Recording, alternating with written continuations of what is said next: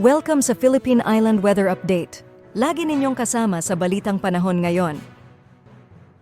So currently, kung makikita po natin sa satellite imagery po natin, meron tayong tatlong weather system na nakakaapekto dito sa ating bansa at ito pong tatlong weather system ay nagdadala po ng mga pag-ulan. Unahin na po natin ang shear line. Ito po yung salubungan ng mainit at malamig na hangin. Dahil po dito sa shear line, asahan po natin makakaranas ng maulap na papawirin na may mga kalat-kalat na pag-ulan dito sa may Metro Manila, Calabarzon, pati na rin dito sa may Aurora.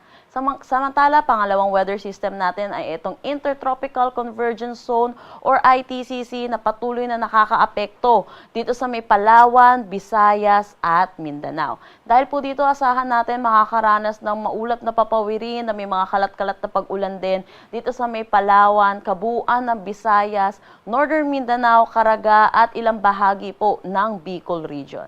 Northeast monsoon po natin or yung hanging amihan ay patuloy naman pong umiiral dito sa malaking bahagi pa rin ng Northern Luzon. Kaya asahan po natin makakaranas pa rin po ng maulap na papawirin na may mga pag-ulan dito po sa Cordillera Administrative Region at Cagayan Valley.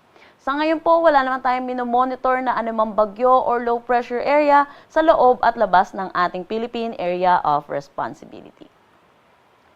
Para naman sa magiging panahon natin bukas dito sa Luzon, kung makikita po natin, shear line pa rin po ang makakaapekto dito sa may Metro Manila at kalapit lugar po natin. Asahan po natin, makakaranas pa rin po tayo ng maulap na papawirin na may mga kalat-kalat na pag-ulan. Samantala, yung northeast monsoon po natin, iiral pa rin po dito sa may Northern Luzon at ilang bahagi po ng Central Luzon. And then yung shear line, possible din po, makaapekto rin po dito sa may Legazpi. Agwat ng temperatura for Lawag, 23 to 31 degrees Celsius, Baguio, 16 to 24 degrees Celsius, Tuguegarao, 23 to 28 degrees Celsius. For Metro Manila, asahan natin ng 24 to 30 degrees Celsius, Tagaytay, 22 to 27 degrees Celsius, at Legazpi, 24 to 31 degrees Celsius.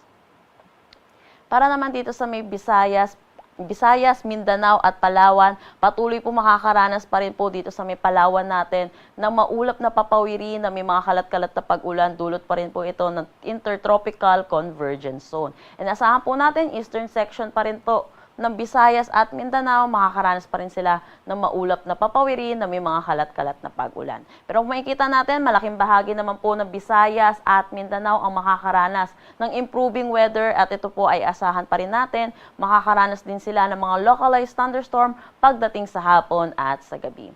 Agwat ng temperatura sa Calayan Islands at Puerto Princesa, 25 to 30 degrees Celsius. Pati din naman dito sa Iloilo, asahan natin ng 24 to 31 degrees Celsius. Gayon din dito sa Tacloban.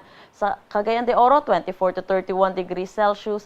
Cebu, 25 to 31 degrees Celsius. Zamboanga, 25 to 32 degrees Celsius. At Davao, 24 to 32 degrees Celsius. Meron po tayong nilabas na weather advisory po hinggil po dito sa magiging ulan na dulot ng itong shear line at ng Intertropical Convergence Zone. Asahan po natin ng heavy to intense na mga pag-ulan pa rin dito sa Apayao at Cagayan. Dulot po ito ng shear line at dito naman po sa Palawan ay dulot po ito ng Intertropical Convergence Zone. And then kung makikita po natin yung mga yellow po, moderate to heavy na mga pag-ulan, 50 to 100 millimeters na ang aasahan natin. Nakikita po natin, by tomorrow afternoon to Monday afternoon, mababawasan na po yung lugar po natin na maaapektuhan po nitong mga weather system natin. At kaya pero kung makikita pa rin po natin, may mga pag-ulan pa rin po tayo maitatala. Dito po sa Cagayan at Isabela, asahan po natin dahil sa pagtaas po ng axis nitong shear line ay makakaranas sila ng heavy to intense na mga pag-ulan. And then yung mga yellow po natin, moderate to heavy. Good news po sa Palawan, mababawasan naman din po ang kanilang ulan na mararanasan. Moderate to heavy or 50 to 100 millimeters of rains na lamang ang kanilang aasahan. Pero delikado pa rin po ito, asahan pa rin po natin ang mga flash floods at mga pagguho ng lupa. Pagdating po ng Monday afternoon at Tuesday afternoon, dalawang area na lang po ang nasa weather advisory po natin na inaasahan po natin. Moderate to heavy po na pag-ulan, dulot pa rin po ito ng pagtaas ng axis na itong shear line natin. So asahan po natin 50 to 100 millimeters of rain. Meron tayong nakataas na gale warning dito sa may Batanes, Cagayan, kasama na ang Babuyan Islands, Isabela, Ilocos Norte, Ilocos Sur, La Union at Western Coast ng Pangasinan. Pinapaalalahanan po natin ang mga kababayan po natin na delikado po pumalaot sa mga nasabing coastal waters natin.